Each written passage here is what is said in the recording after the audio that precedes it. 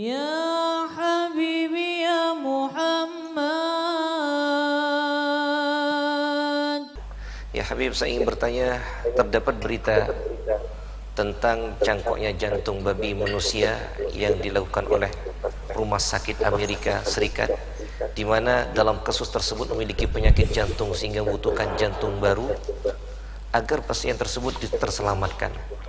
Akan tetapi rumah sakit menunggu donor jantung dari orang lain, tetapi tidak ada yang mendonorkan, ya Habib. Sehingga pihak rumah sakit memutuskan untuk mencangkok jantung babi karena darurat agar manusia yang sakit jantung tersebut dapat tertolongkan. Pertanyaannya Habib, apakah hukum dalam Islam, ya Habib? Mohon penjelasan tentang masalah mencangkok tulang babi, Habib, kepada manusia. Betul. Kebetulan ada di WA saya, kita sempat bertanya kepada ikhwan tentang hukum ini. Akhirnya Ustaz Khalid Madihaj sebagai Ketua Al-Wafa Jawa Timur, beliau mengirimkan ibarah yang sangat indah dan jelas untuk menjawab pertanyaan ini, ya. Ibarah diambil dari Nihayatul Muhtaj dari Imam Ramli, syarah daripada Minhaj. Kitab Minhajut Talibin, kitab yang cukup diakui oleh seluruh ulama ahli sunnah wal jamaah sebagai kitab fikih yang terkemuka yang dikarang oleh Imam Nawawi, dan ini disyarahkan oleh Imam Ramli di kitab Nihayatul Muhtaj. Ibarahnya cukup panjang, intinya diperbolehkan menyambung, ibarat sini tulang. Jika salah seorang tulangnya patah, perlu disambung, kemudian disambungnya ini dengan tulang yang najis, walaupun mughalladhah, anjing, babi.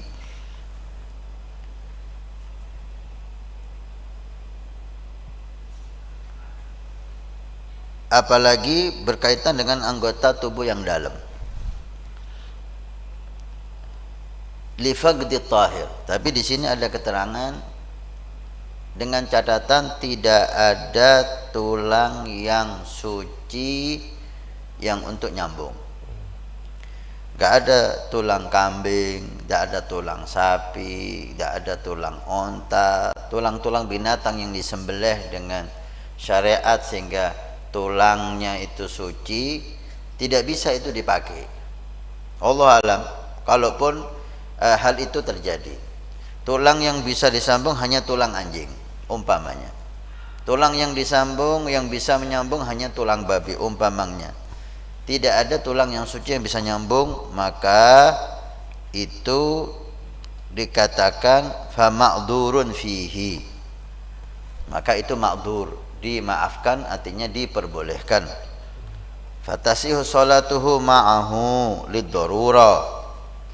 Gimana sholatnya? Kan ada tulang anjing, ada tulang babi, itu kan najis mughalladhah. Dikatakan sholatnya sah karena darurah.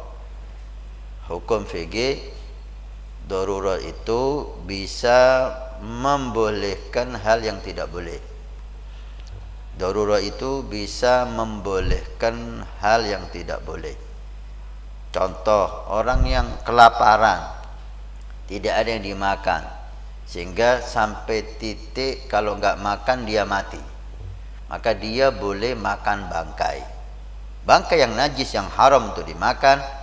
Untuk orang ini, karena sampai kepada titik darurah, kalau nggak makan mati, maka dia boleh makan bangkai yang najis itu sekedar menyambung hidup. Itu yang perlu dipahami. Nggak boleh sampai kenyang, sekedar menyambung hidup. Karena darurah. Darurah sekali lagi membolehkan hal yang tidak boleh. Kasus ini dikatakan darurah karena tidak ada tulang lagi yang bisa nyambung kecuali tulangnya najis, maka salatnya sah walaupun ada tulang najis di badannya. Dan dikatakan wala yalzamuhu kama fi raudhah naz'uhu idza wajada tahir. Dan tidak harus ketika ada tulang yang suci yang bisa nyambung, tapi karena sudah tersambung dengan tulangnya najis, gimana ini? Ada yang suci sekarang, apa harus dibongkar, diganti yang suci? La, tidak harus. Wa in lam yakhaf min nazihi dararan. Walaupun tidak dikhawatirkan kalau itu diganti akan timbul masalah. Kalau diganti nanti enggak sembuh-sembuh, kalau diganti nanti akan timbul penyakit lain. Enggak ada. Diganti, kalau diganti enggak ada masalah. Gimana, apa harus diganti? Kalau la, walaupun tidak timbul masalah jika diganti, tetap tidak wajib diganti. Dikatakan sebagian ulama mutaakhirin mengatakan wajib, tapi beliau condong kepada tidak wajib. Intinya kembali kepada pertanyaan, jantung manusia diganti dengan jantung babi. Jawabannya yang saya pahami di Nihayatul Muhtaj, jika ada jantung selain babi yang bisa menggantikan, maka wajib. Ada jantungnya kambing, jantungnya sapi, jantungnya kerbau, jantungnya binatang yang suci. Yang jelas binatang itu setelah disembelih barulah jantungnya itu suci, barulah tung lalangnya itu suci. Kalau dibunuh begitu saja tanpa disembelih, maka itu juga najis. Walaupun beda najis, ini najis biasa, yang babi najis mughalladhah.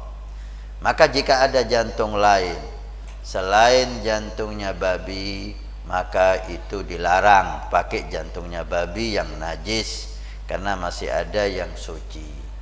Jika tidak ada, hanya jantung babi yang bisa menggantikan, maka hukum darurah. Hukum darurah diperbolehkan menggunakan jantungnya babi karena darurah. Saya ulangi lagi, jika sampai ke titik darurah, yang tidak boleh menjadi boleh. Apakah nanti ketika ada jantung yang lain yang bisa menggantikan jantung babi itu, maka harus dioperasi, harus diganti? Dalam kitab tadi itu mengatakan tidak.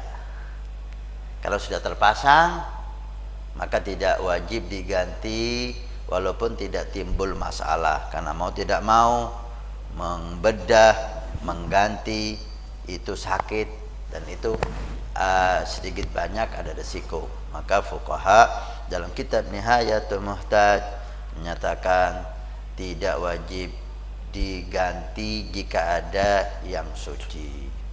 Saya kembalikan lagi pada hukumnya.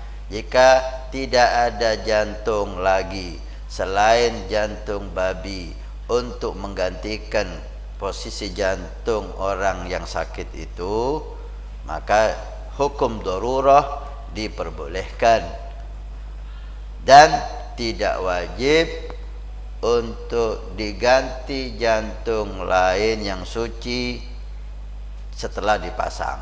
Jika menemukan suatu hari jantung yang suci yang bisa menggantikan posisi jantung babi itu, tidak wajib hal itu dilakukan, dibiarkan, dan sholatnya sah, wudunya sah, walaupun ada jantung babinya di tubuhnya karena hukum darurah. Wallahu a'lam.